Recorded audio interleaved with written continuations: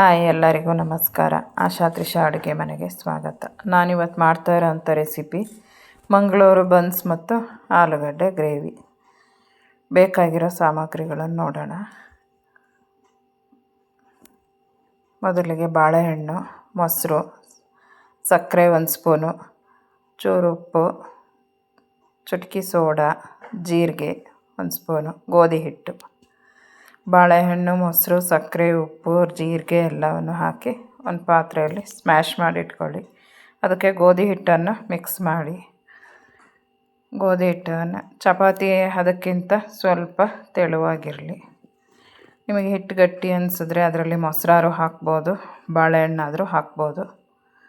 ನಾನಿಲ್ಲಿ 2.5 ಬಾಳೆಹಣ್ಣು ಹಾಕಿದ್ದೀನಿ. 2 ಬಾಳೆಹಣ್ಣು ಸಾಲಿಲ್ಲ. ಅದು ರೆಸ್ಟಿಗಿಡಿ. ಅದು ರಾತ್ರಿಯೇ ಕಲಸಿಡಬೇಕು ಬೆಳಗ್ಗೆ ಮಾಡೋದಿದ್ರೆ. ಇಲ್ಲ ಸಂಜೆ ಮಾಡೋದಿದ್ರೆ ಬೆಳಗ್ಗೆ ಕಲಸಿಡ್ಬೋದು. ನಾನು ರಾತ್ರಿಯೇ ಕಲಸಿಟ್ಟಿದ್ದೆ. ಇವಾಗ ಆಲೂಗಡ್ಡೆ ಗ್ರೇವಿ ಮಾಡೋದು ನೋಡೋಣ. ಆಲೂಗಡ್ಡೆ, ಬಟಾಣಿ ಬೇಕಾಗಿರೋ ಪದಾರ್ಥಗಳು. ಆಲೂಗಡ್ಡೆನು, ಬಟಾಣಿಯನ್ನು ರಾತ್ರಿಯೇ ನೆನೆಸಿಟ್ಕೊಂಡಿದ್ದೀನಿ.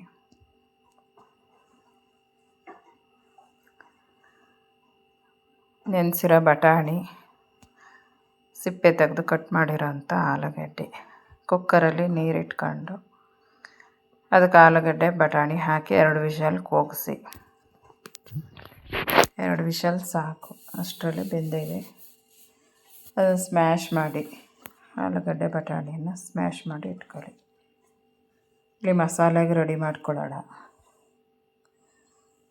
ಬೇಕಾಗಿರೋಂಥ ಮಸಾಲೆ: ಈರುಳ್ಳಿ, ಟೊಮೆಟೊ, ಒಂದು 4 ಇಕ್ಳು ಬೆಳ್ಳುಳ್ಳಿ, ಚೂರು ಶುಂಠಿ, ಹಸಿಮೆಣಸಿನ್ಕಾಯಿ.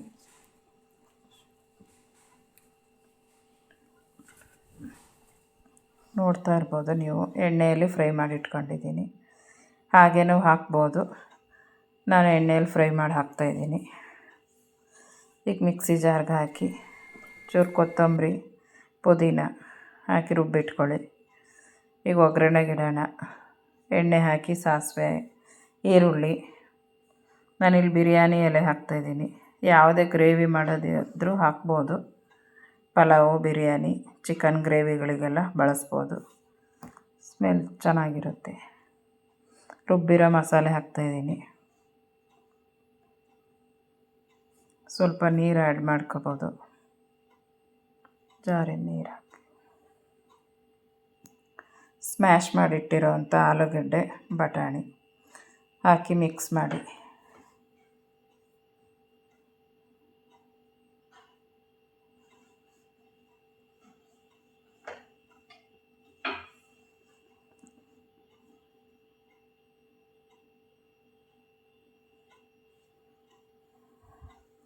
ಬಟಾಣಿ, ಆಲೂಗಡ್ಡೆ ಮಿಕ್ಸ್ ಮಾಡಿದ ನಂತರ ಚೆನ್ನಾಗಿ ಕೈ ಆಡಿಸಿ.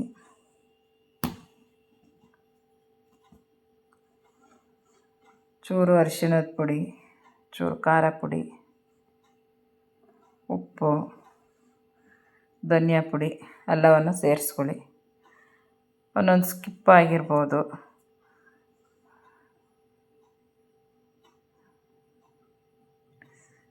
ಒಂದೊಂದು ಸ್ಕಿಪ್ ಆಗಿದೆ, ದಯವಿಟ್ಟು ಕ್ಷಮಿಸಿ. ಈಗ ಕುದಿ ಬಂದಿದೆ. ಇಷ್ಟೇ ಇದ್ದರೆ ಸಾಕು.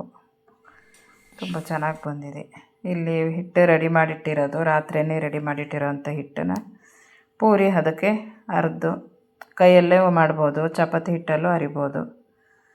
ಪೂರಿಗಿಂತ ದಪ್ಪ ಇರಬೇಕು, ಸ್ವಲ್ಪ ತೆಳು ಇರಬಾರ್ದು. ತುಂಬ ತೆಳುನೂ ಇರಬಾರ್ದು, ತುಂಬ ದಪ್ಪನೂ ಇರಬಾರ್ದು. ಬನ್ಸನ್ನು ಈಗ ಮೊಗ್ಚು ಹಾಕಿ ಕೈ ಆಡಿ. ಬನ್ಸ್ ತುಂಬ ಚೆನ್ನಾಗಿ ಬರುತ್ತೆ.